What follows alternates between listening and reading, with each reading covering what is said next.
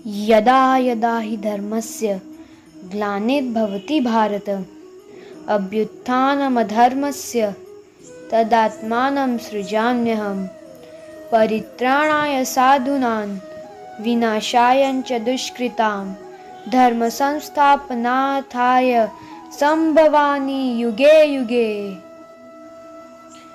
जब जब धर्म की हानि होती है, जब जब अधर्म में वृद्धि होती है, तब तब सत्पुरुषों के उद्धार के लिए, अधर्मियों के विनाश के लिए और धर्म की पुनर्स्थापना के लिए मैं ही जन्म लेता हूँ। इसी के अनुसार द्वापर युग में लोगों का कल्याण करने के लिए और उनका उद्धार करने के लिए विष्णु जी ने श्री कृष्ण का अवतार लिया था।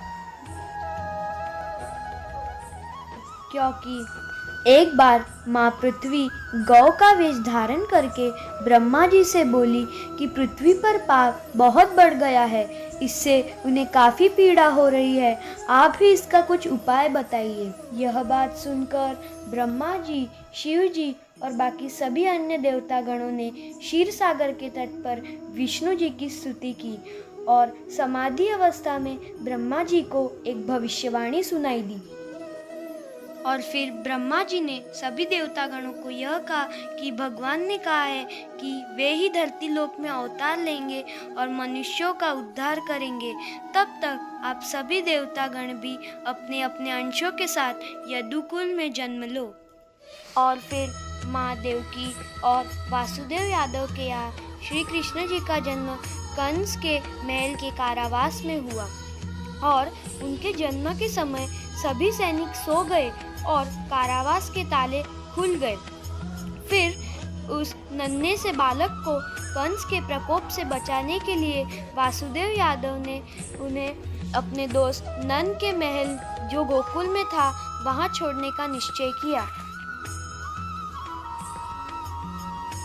बचपन से ही काफी शरारती थे कृष्ण भगवान और उन्हें माखन अत्यंत ही प्यारा था, लेकिन बचपन में उन्होंने कई बड़े बड़े राक्षसों का संहार किया था, जैसे कि पूतना, त्रिनवर्ता और अघासुर, बकासुर, वतासुर, धेनुकासुर, प्रलंबासुर, कालियानाग, अरिस्तासुर, केसी, व्योमसुर और से कई बड़े बड़े राक्षसों को उन्होंने मार गिराया था। और फिर जब वे बड़े हुए तब वे मथुरा गए और वहां जाकर उनके बड़े भाई बलराम की सहायता से उन्होंने कंस का वध किया और पूरे संसार को उसके आतंक से मुक्त किया। पापियों का संहार करते हुए तथा नए युग की शुरुआत के लिए श्री कृष्ण महाभारत के युद्ध में अर्जुन के सारथी के रूप में सम्मिलित हुए।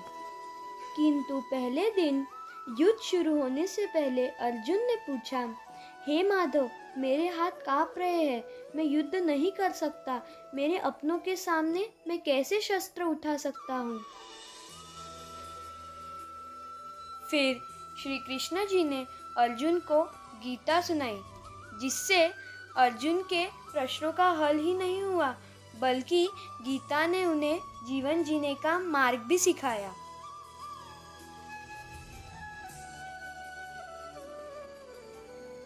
गीता सुनने के उपरांत अर्जुन ने शस्त्र उठाए और बड़ी ही वीरता से कुरुक्षेत्र में अपने पराक्रम का प्रदर्शन किया। 18 दिनों तक चले महाभारत का भीषण युद्ध खत्म हुआ और युद्ध खत्म होने के उपरांत श्री कृष्ण अपने रथ पर अर्जुन को लेकर कुरुक्षेत्र से दूर एक अकेली जगह पर गए। वहां पहुंचकर श्री कृष्ण ने अर्जुन को रथ से उतरने के लिए कहा और फिर वे स्वयं रथ से उतरे। वे रथ से दूर खड़े हुए और फिर रथ को देखने लगे।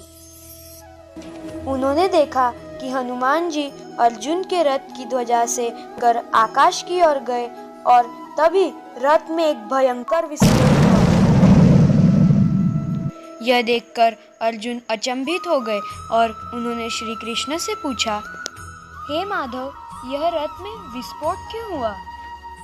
इस प्रश्न को सुनकर श्री कृष्ण ने उत्तर दिया कि हे पार्थ, इस महाभारत के युद्ध में कई दिव्यास्त्रों और शस्त्रों का प्रयोग हुआ और इसमें तुम्हारे रथ की रक्षा मैंने और हनुमान जी ने की। अगर हम दोनों नहीं होते तो तुम्हारा रथ एक ही पल में मिट्टी में मिल जाता। इस सृष्टि के रचयिता भगवान श्री कृष्ण ने अपने अनेक रूपों में प्रकट होकर अपने अद्भुत अलौकिक शक्ति का प्रमाण हमें दिया। शिशु रूप में मुख में धरा के दर्शन, बालक रूप में पूतना का संहार, किशोर रूप में कालिया नाग का वध, युवा रूप में गोवर्धन मेरु का उच्चारण, सखा रूप में सखी द्रौपदी की रक्षा, सारथी रूप में अर्जुन को सच्चे कर्म की शिक्षा, मित्र रूप में गरीब सुदामा का गौरव, ईश्वर रूप में भक्त मीराबाई को दर्शन और अंत में अपने विराट रूप का प्रदर्शन करके कलयुग में जीवन व्यापन करने हेतु महान भगवत गीता का सार हमें दिया। ऐसे संसार के प्रमुख सूत्रधार के जन्मोत्सव जन्माष्टमी के पर्व की आप सभी को बहुत सारी शुभकामनाएं।